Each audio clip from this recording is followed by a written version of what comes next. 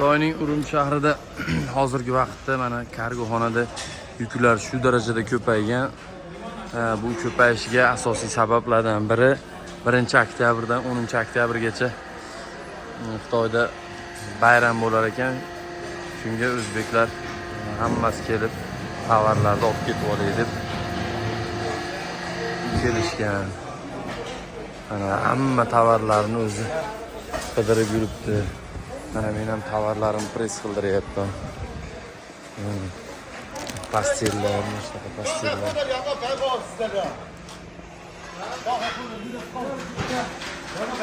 Presslangan mana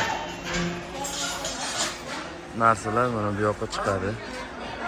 Mana hozir bizning narsalar presslanadi. Xudo xolasa kimda kim shu Xitoyga kelish bo'yicha maslahatlar, tavsiyalar olaman desa, o'zimiz tavsiyalar beramiz. Pastda nomer qoldiramiz. Bemalol aloqaga chiqaverasizlar. Mana u tepada ham yuklashyapti.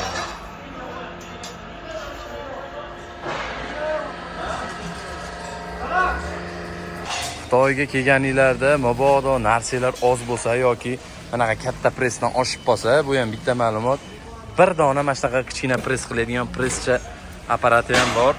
Mana shunaqada qildirib olsanglar ham bo'laveradi. Qolganlarini asosan bunaqa katta presslarda qilishasizlar. Yuklarni qaranglar, bu вообще ko'p.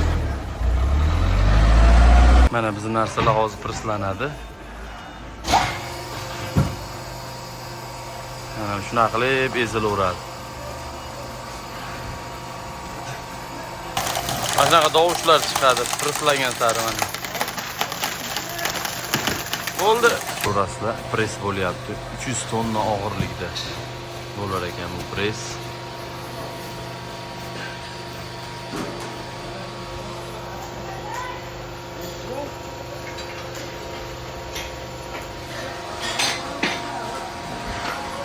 Biziki bu yoqda ochilyapti, xudo xolasa.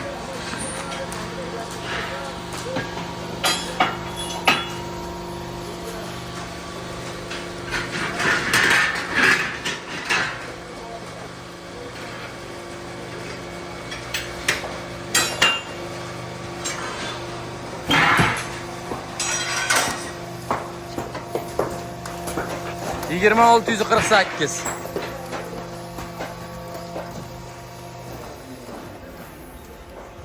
Shu meni Xitoydagi ismim. Qisqacha qilib aytganda.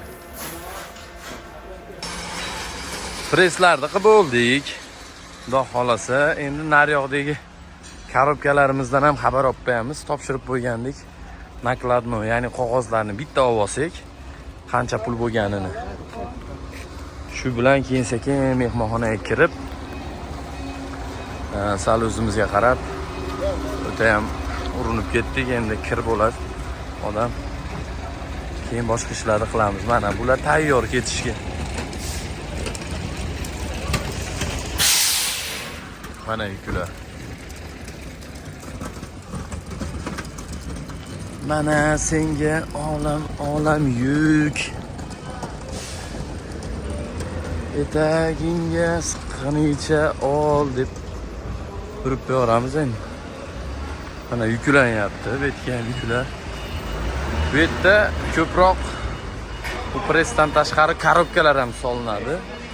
Ya'ni parfyum narsalar hamda oyoq kiyimlar. Presslasa bo'lmaydigan narsalar.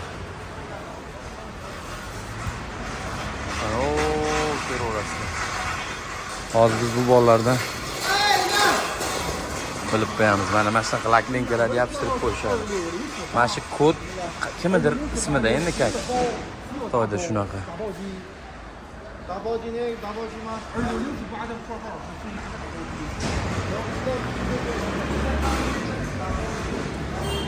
Hozir biz kutgan aka kelsa, narsalarimizni nakladnoyni so'raymiz. Mana bunaqalarni olib yuklashaveradi vazirlar.